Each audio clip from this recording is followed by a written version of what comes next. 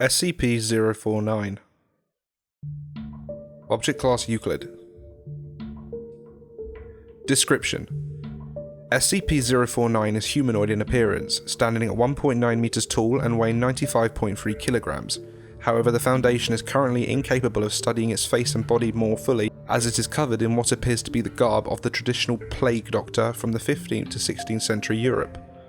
This material is actually a part of SCP-049's body, as microscopic and genetic testing show it to be similar in structure to muscle, although it feels much more like rough leather, and the mask much like ceramic.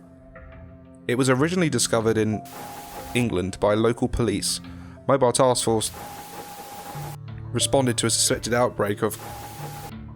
All civilians within a 5-kilometer radius were given Class A amnestics as part of the initial containment procedure.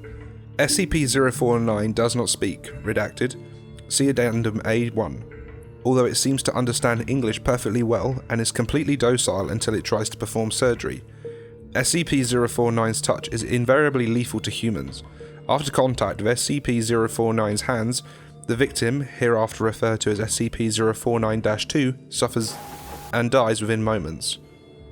SCP-049 will then attempt to kill all humans it can see in a similar manner, supposedly to avoid interruption before returning to SCP-049-2.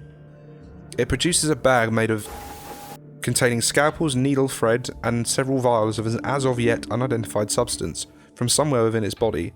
Research has been unable to locate these tools when inside of SCP-049 through X-ray and similar techniques, and begins dissecting SCP-049-2 as well as inserting various chemicals into the body. After approximately 20 minutes, SCP-049 will sew SCP-049-2 back up and become docile once more.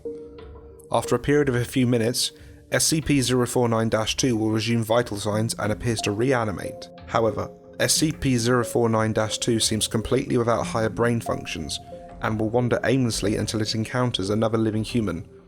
At that point, SCP-049-2's adrenaline and endorphin levels increase to approximately 300% as it attempts to kill any human beings it can find, before returning to its mindless state and wandering until it comes across more humans. At this stage, termination with extreme prejudice is allowed. Failure to enforce this protocol outside of testing scenarios, see Addendum T049-12, is punishable by termination. Detailed autopsies of SCP-049-2 have found several unusual substances within the bodies, including... However, several have yet to be identified. Researchers with Level 3 or higher authorization refer to SCP-C1.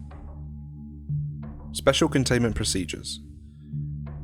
SCP-049 is to be contained in a secure holding cell in Research Sector. SCP-049 is not to be removed from its cell unless approved by a Level 2 or higher personnel, before which SCP-049 must be heavily sedated. Even so, at such times, SCP-049 is to be accompanied by 2 armed guards and guided by an iron collar secured to 2 iron poles 2 meters in length and held firmly by 2 Level 1 or higher personnel while in transit.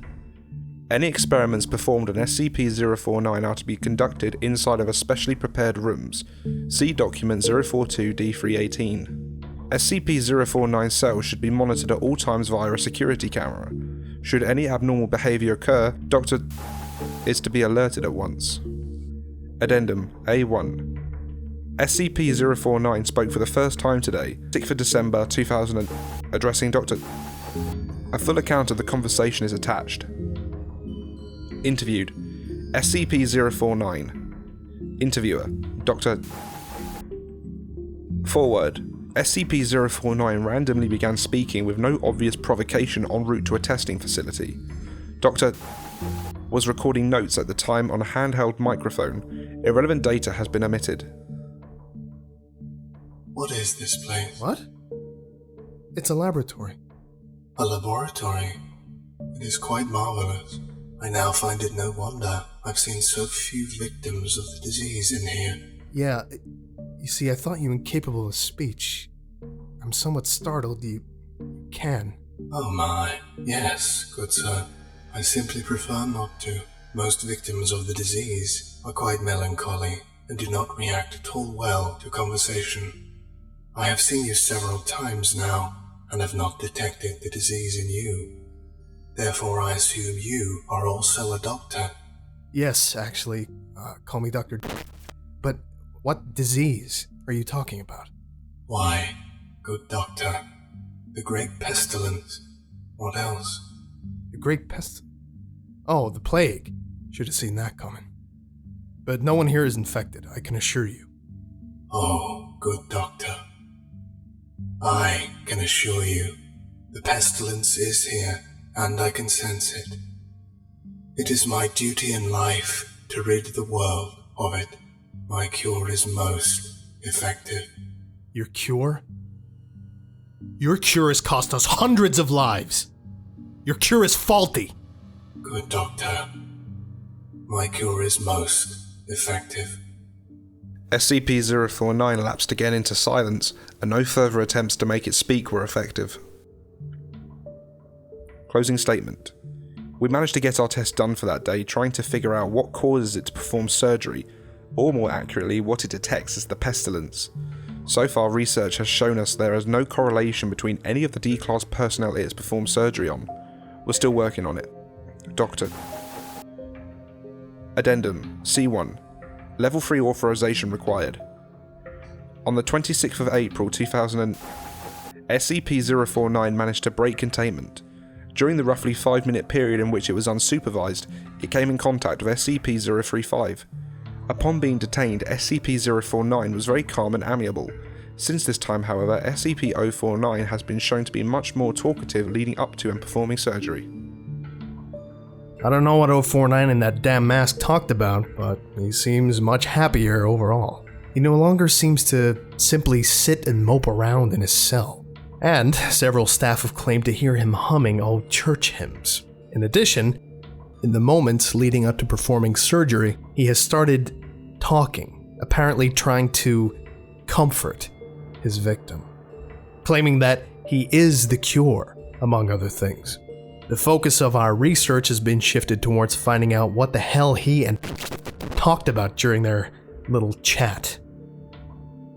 Dr. Thank you, Hulk, for the request, and to the Volgan for collaborating with me for SCP-049. Brilliant work on the voices, sir. Thank you. SCP-1678 next. That will be with us soon. Be sure to check out the social media for all the updates. You can find all the links for that below. And if you can't wait that long, then please consider becoming a Patreon. You'll get early access to all the sketches, new video and collaboration updates, priority SCP requests, full upload schedules, and so much more. And thank you so much to Ethan, Gabriel, Eric, Hulk, and Steffi. Your pledges are very much appreciated. Thanks everyone so much for watching, and I'll see you all soon. Take care.